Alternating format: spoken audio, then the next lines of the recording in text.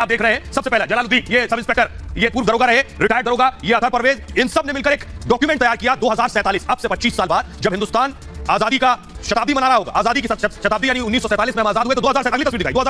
2047 में इन्होंने हिंदुस्तान को इस्लामिक राष्ट्र, मुस्लिम राष्ट्र बनाने की तैयारी कर ली, और ये डॉक्यूमेंट है। पहली तस्वीर दिखाई डॉक्यूमेंट की पहली तस्वीर, वो जो डॉक्यूमेंट है ये आप देख रहे हैं, डॉक्यूमेंट 2047 इंडिया 2047 आपने लिखा है, ये वो डॉक्यूमेंट है। पुलिस लीजिए और देखिए, रेड पड़ी तो रेड के बाद पोस्टर जो मिले हैं वो आप देख रहे हैं, एनडीएसडीपीआई के जो पोस्टर है वो आप देख रहे हैं कि तो कैसे किस तरह से आखिर 4 चरणों में हिंदुस्तान को इस्लामिक राष्ट्र बनाने की तैयारी है, 4 चरणों में। तो देखिए तैयारी है, ये सब जो चीजें मिली हैं उनके घर से, यही वो फाइल भी मिली है, फास्ट आइए प्लीज, यही वो ग्राफिक्स के जरिए मैं आपको दिखा रहा हूं। 4 स्टेजेस हिंदुस्तान को इस्लामिक राष्ट्र बनाने के 4 तरीके हैं। कैसे 2047 तक मुस्लिम समुदाय के पास सत्ता होगी, इस डॉक्यूमेंट में लिखा।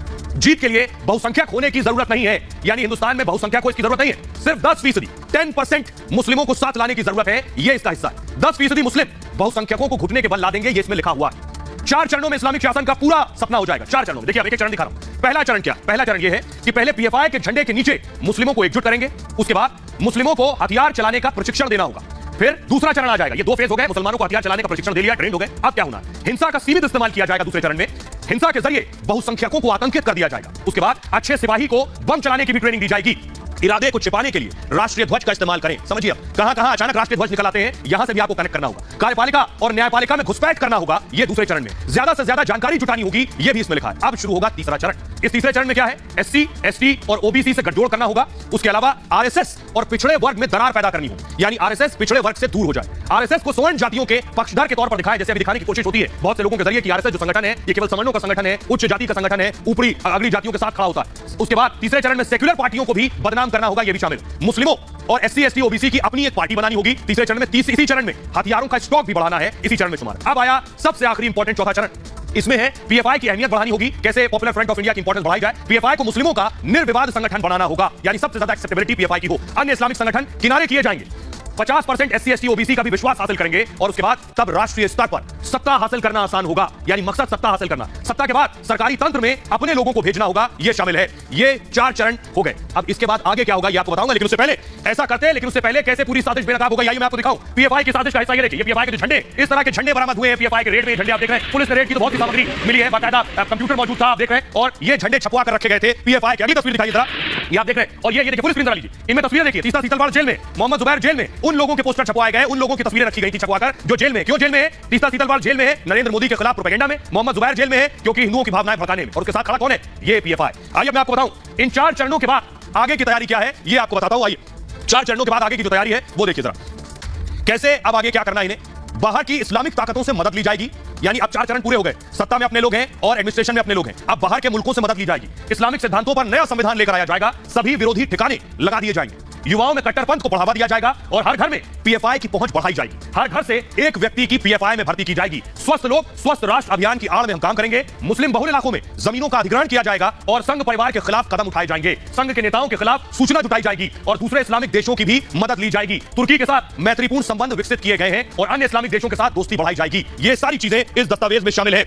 लेकिन उससे पहले आपको बताऊं, जो इसको अंजाम देने वाले थे वही शिकंजे में आ गए। कौन है वो लोग? उनकी तस्वीर मैं आपको दिखाने जा रहा हूं, ये देखिए जरा। ये है, गिरफ्तार हुआ है दानिश, आज पुलिस ने इसे गिरफ्तार किया है। दानिश को ये गिरफ्तारी बड़ी मानी जा रही है, गजवाए हिंद से जुड़ा हुआ था ये दानिश। मैं आपको बताऊं लेकिन इसकी आगे की तैयारी क्या थी, इसकी आगे की तैयारी क्या थी दानिश की, और गजवाए हिंद क्या है, इसकी मंशा क्या है, इससे आपको अंदाजा हो जाएगा कि ये बेवजह नहीं है। इस्लामिक राष्ट्र और इस्लामिक राष्ट्र के साथ गजवाए हिंद। गजवाए हिंद है भारत पर कब्जे के लिए की गई लड़ाई, हिंदुस्तान पर कब्जे की लड़ाई, इस्लाम के विस्तार के लिए किया गया युद्ध है।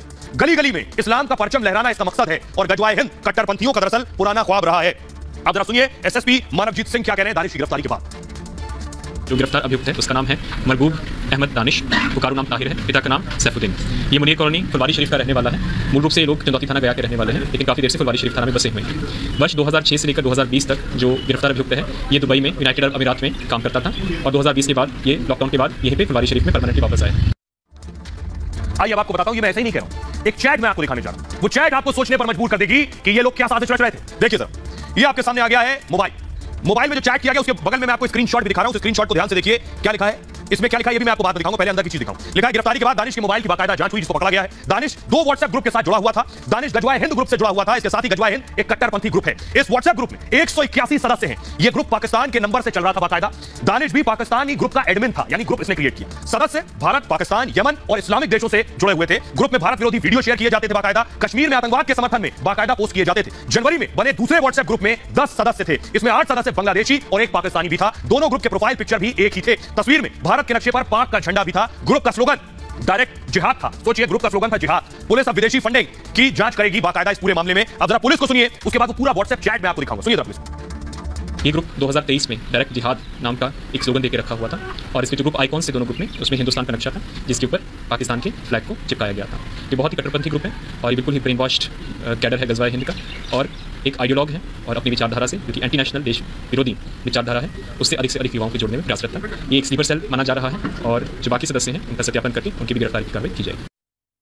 और आइए आपको वो चैट मैं दिखाने जा रहा हूं जो चैट बताएगा इनके मंसूबे क्या हिंदुस्तान में रहकर। ये है वो चैट, ये देखिए। इसको अगर फुल स्क्रीन लीजिए अमित शर्मा, फुल स्क्रीन लीजिए और फिर दिखाइए। अब देखिए जरा फुल स्क्रीन। ऊपर देखिए ग्रुप का नाम क्या है, गजवाए हिंद इस ग्रुप का नाम है। और आइए जरा नीचे पढ़िए, इलियास पटेल क्या लिख रहे हैं, कोई फायदा नहीं है एआईएमआईएम को सपोर्ट करने का, यानी ओवैसी की पार्टी को सपोर्ट करने का कोई फायदा नहीं, वो लिख रहा है। आगे लिख रहा है अब डायरेक्ट जिहाद करेंगे 9:33 पर। लिख रहा है 2023 में, यानी अगले साल की तैयारी। 9:33 पर ही लिख रहा है खिलाफत के ऐलान, हम इंडियन मुस्लिम करेंगे। अब आप समझिए इनकी साजिश क्या है और इनकी तैयारी क्या है। जिहाद की बातें कर रहे थे और गजवाए हिंद के नाम से ग्रुप बना रखा था जिसका मकसद ही है भारत पर कब्जा। जरा सुनिए एसएसपी क्या कह रहे हैं इस पूरे मामले पर। बिहार में जो लोग पकड़ा है वो दस्तावेज इसी प्रकार के हैं कि 2047 तक भारत में इस्लामिक शासन होगा।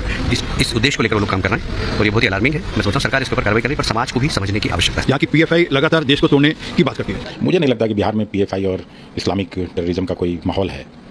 मोस्टली लोग शांतिप्रिय लोग हैं, बिहार में इस तरह का माहौल नहीं है। तो आप सियासतदानों को सुन रहे थे। एसपी का कहना है कि पूरे एसएसपी का कहना है इस पूरे मामले में इन्वेस्टिगेशन चल रही है। बहरहाल आगे बढ़ते हैं। आज की एक और बड़ी खबर है जिस पर सबसे ज्यादा शोर हो रहा है चारों तरफ। हामिद का दोस्त, पाकिस्तान का जासूस हामिद अंसारी, देश के पूर्व राष्ट्रपति उपराष्ट्रपति हामिद अंसारी की तस्वीर आप देख रहे हैं। कहा जा रहा है हामिद अंसारी के ताल्लुक पाकिस्तान के आईएसआई एजेंट से। हामिद अंसारी के ताल्लुक पाकिस्तान के ये आईएसआई एजेंट, इनका नाम है नुसरत मिर्जा। नुसरत मिर्जा के हामिद अंसारी के दोस्त हैं। आरोप लग रहे हैं हामिद अंसारी पूर्व उपराष्ट्रपति ने नुसरत मिर्जा के साथ खुफिया जानकारी साझा की है। जो जानकारी आईएसआई तक गई है, क्या इन जानकारियों का इस्तेमाल हिंदुस्तान के खिलाफ हुआ, और अगर हुआ है तो हामिद अंसारी को इसका जवाब देना चाहिए। जरा रिपोर्ट देखिए। कांग्रेस के पाकिस्तान से जुड़ते हैं, करंट वहीं से आता है। पूर्व उपराष्ट्रपति हामिद अंसारी फिर विवादों में, इस बार आरोप बेहद गंभीर। हामिद अंसारी पर पाकिस्तान के जासूस को भारत बुलाने का आरोप है। पाकिस्तानी पत्रकार ने इस दौरे पर मिली कई जानकारियां पाकिस्तान की खुफिया एजेंसी आईएसआई के साथ शेयर की, और आईएसआई ने इस जानकारी का कैसे इस्तेमाल किया इसका बस अंदाजा ही लगाया जा सकता है। एक दो बार नहीं, 5 बार अंसारी ने एक पाकिस्तानी पत्रकार को भारत बुलाया और दावा है कि खुफिया जानकारी साझा की गई। अब बीजेपी सवाल पूछ रही है कि राष्ट्रीय सुरक्षा से खिलवाड़ क्यों और किसके इशारे पर किया गया। वैसे हामिद अंसारी ने पाक पत्रकार को न जानने की सफाई दी है, लेकिन अब इस सफाई की भी हवा निकल गई क्योंकि दावा है कि अंसारी के दफ्तर की तरफ से इस पाकिस्तानी जासूस को बुलाने की सिफारिश की गई थी।